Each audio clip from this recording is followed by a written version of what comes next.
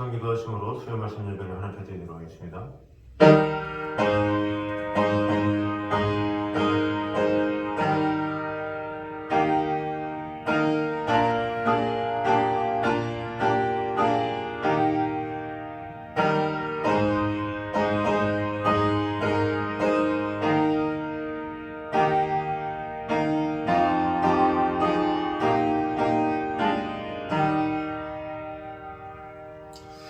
그런즉 깨어있으라. 너희는 그날과 그때를 알지 못하느니라.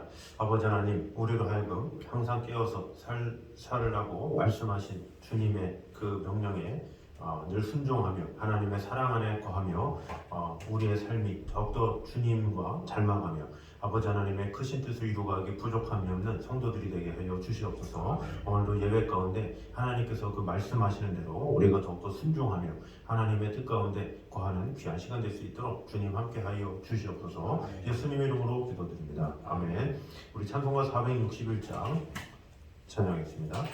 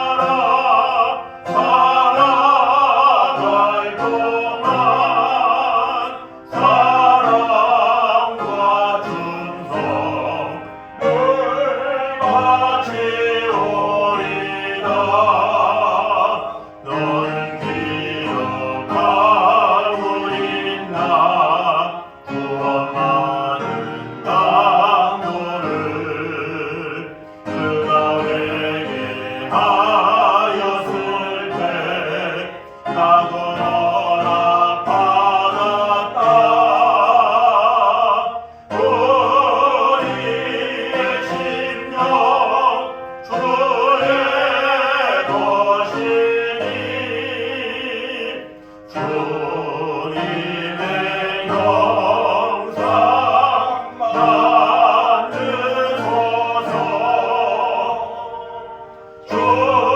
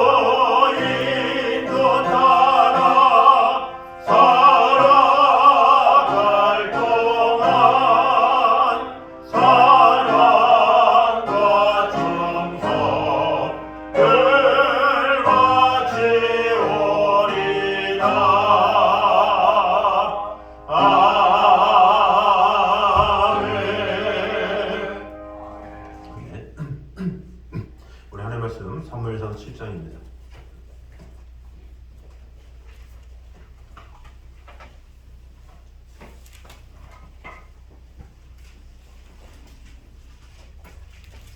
사무엘상 7장 7절에서 17절까지 말씀입니다.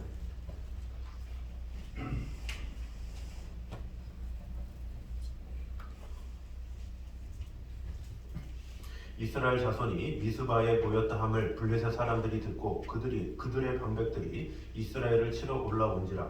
이스라엘 자손들이 듣고 블레셋 사람들을 두려워하여 이스라엘 자손이 사무엘에게 이르되 당신이 우리를 위하여 우리 하나님 여호와께 쉬지 말고 부르짖어 우리를 블레셋 사람들의 손에서 구원하시게 하소서 하니 사무엘이 젖 먹는 어린 양 하나를 가져다가 온전한 번제를 여호와께 드리고 이스라엘을 위하여 여호와께 부르짖음에 여호와께서 응답하셨더라.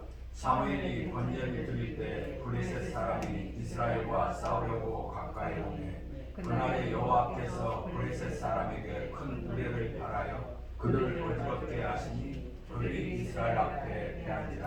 이스라엘 사람들이 미스바에서 나가서 블레셋 사람들을 추격하여 뱃갈 아래에 이르기까지 쳤더라.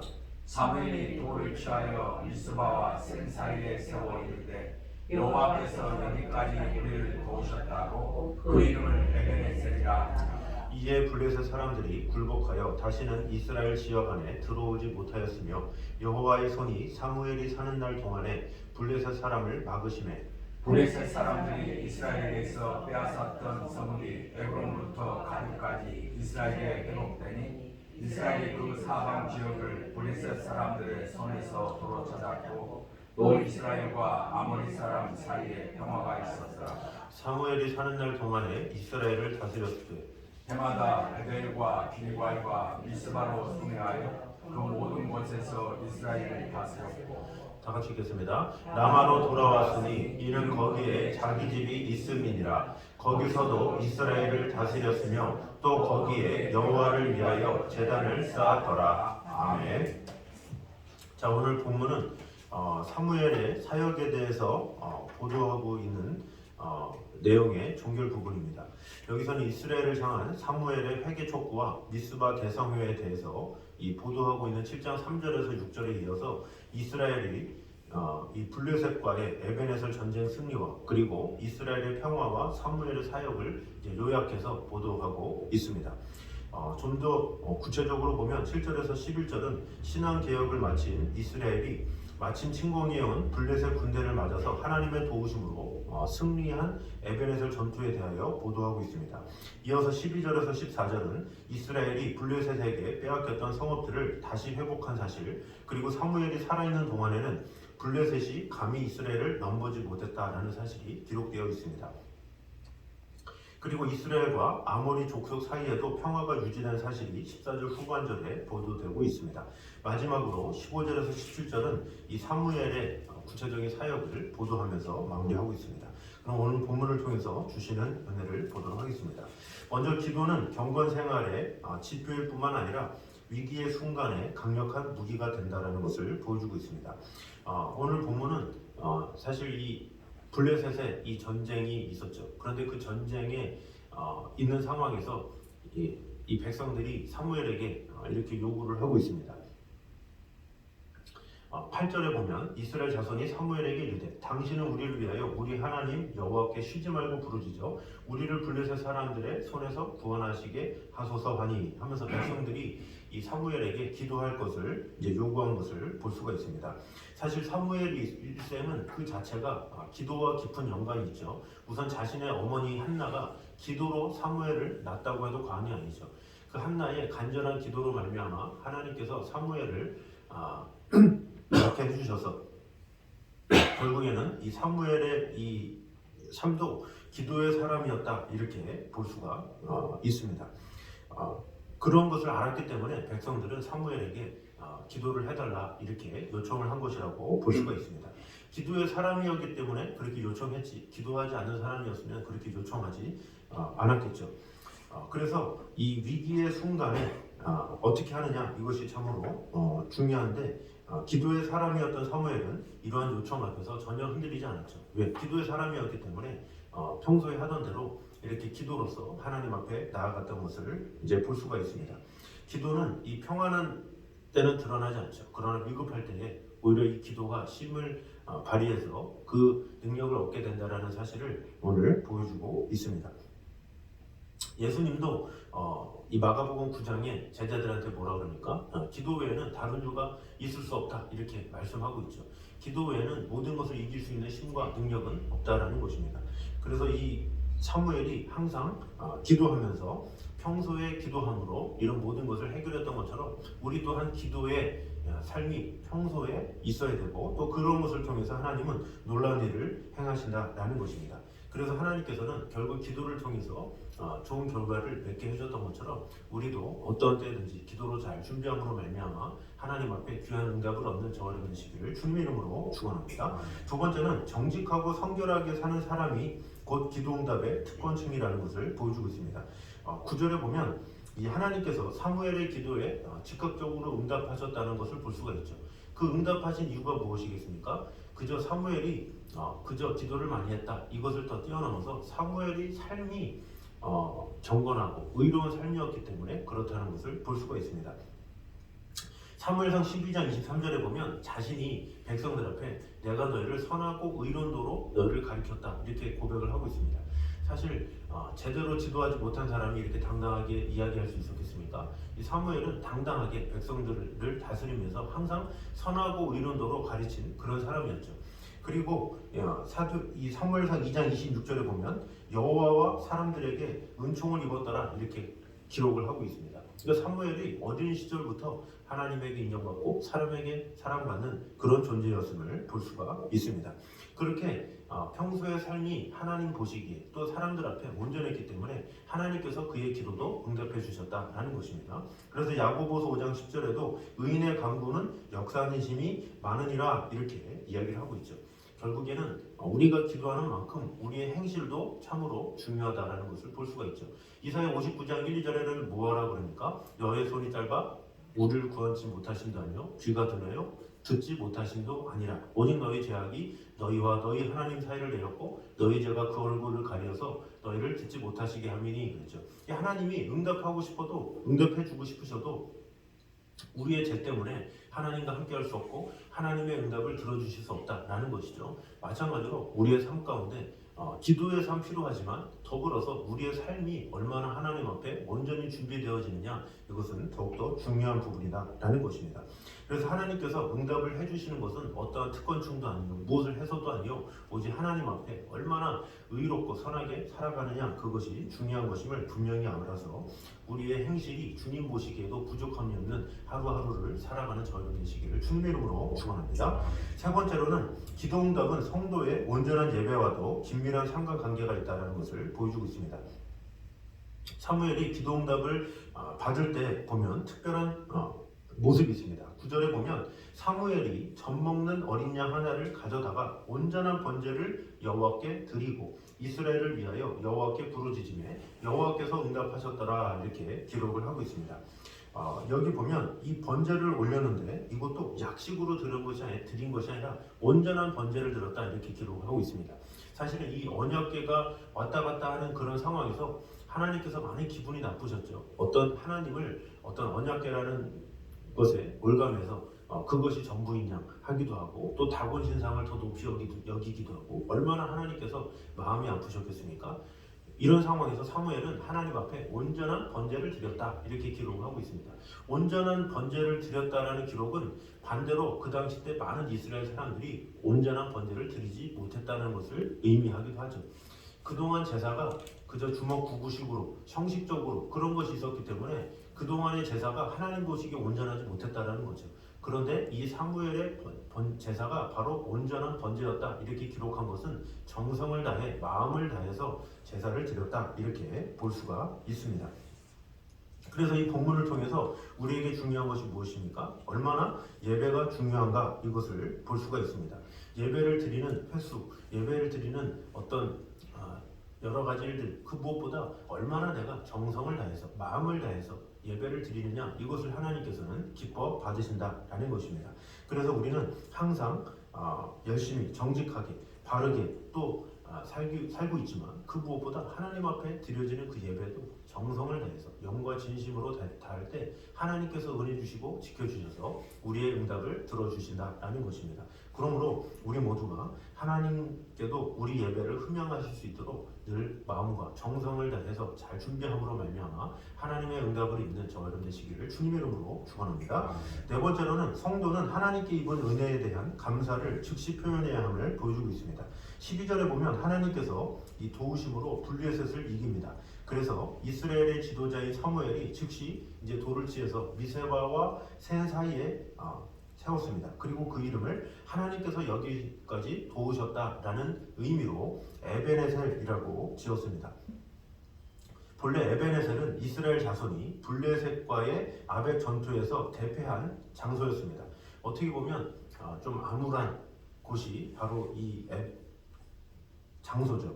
그런데 이곳에서 이스라엘 자손은 이 홈리와 비느하스 두 제사장과 함께 수많은 군사들도 잃었고 또 언약궤를 빼앗기고 이런 수치를 당했던 그곳이었지만 사무엘은 그곳을 오히려 기념하는 자리로 바꿨다라는 것입니다.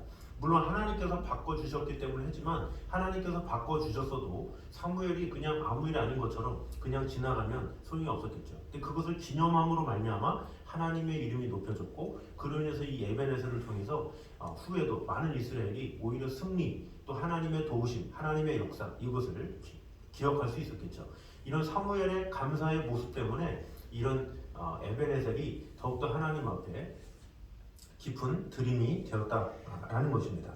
결국에는 이 에벤에셀이라고 이름한 것은 이러한 수치를 하나님께서 씻어주셨다라는 것을 나타내 주는 것이죠. 이전에 아픔이 있지만 이전에 슬픔이 있지만 하나님께서 도우셨다, 여기까지 도우셨다, 에벤에셀 이렇게 함으로 말미암아 하나님의 이름이 높여진 것을 이제 볼 수가 있습니다. 이런 사무엘의 모습을 보면서 우리 자신을 되돌아봐야 되겠죠. 우리가 때때로 어려움을 만날 때 하나님께 나아가 기도하며 또 하나님께 도우심을 간절히 요청하죠. 그런데 그것에 대해서 응답을 받았을 때 그냥 지나치는 경우가 상당히 많이 있죠. 잃어버리는 경우도 더 많다라는 것이죠. 야곱이 처음에 이 야곱이 사다리의 어떤 환상을 꾸고 나서는 하나님 앞에 약속을 하죠. 제가 11조를 드리겠습니다. 뭐 하나님 앞에 번제를 드리겠습니다. 막 약속을 하지만 그것을 다 잃어버린 사건이 나옵니다. 그것이 창세기 35장에 나오죠. 결국 이로 인해서 그 약속을 잃어버린 야곱에게 그 시므온과 레위가 이 세겜 사람들을 몰살하는 그런 사건이 그 전 사건에 나오죠. 결국 그 모든 것을 잃어버리기 때문에 결국 하나님께서 그것을 두고 볼 수 없었었죠. 반대로 예수님은 어떻습니까? 이 10명의 문둥병자를 치유하는 장면이 나옵니다. 근데 그 10명의 문둥병자 중에 9명의 문둥병자들은 다 각기 제 길로 갔지만 한 명의 이방인 사마리아인 문둥병자는 예수님께 나와 감사했다 이렇게 이야기를 하고 있습니다. 그래서 예수님께서 그를 칭찬하신 것을 볼 수 있죠. 이것이 무엇입니까? 예수님도 이 자신에게 감사하고 은혜를 아는 자에게 은혜를 베풀어 주신다라는 것입니다.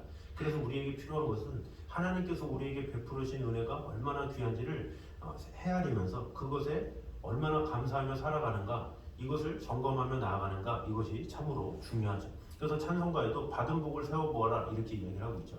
하나님께서 오늘 하루도 주시는 은혜가 많음에도 불구하고 우리가 그것을 감사하지 못하고 그냥 지나치는 경우가 상당히 많죠.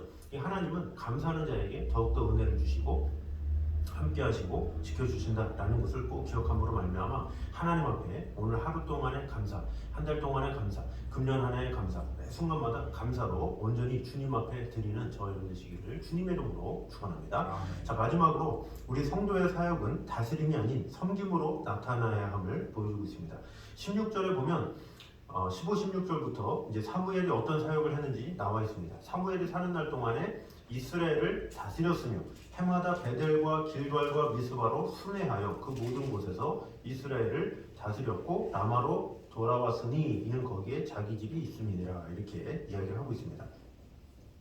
이 사무엘의 사사직분의 특징을 말하고 있습니다.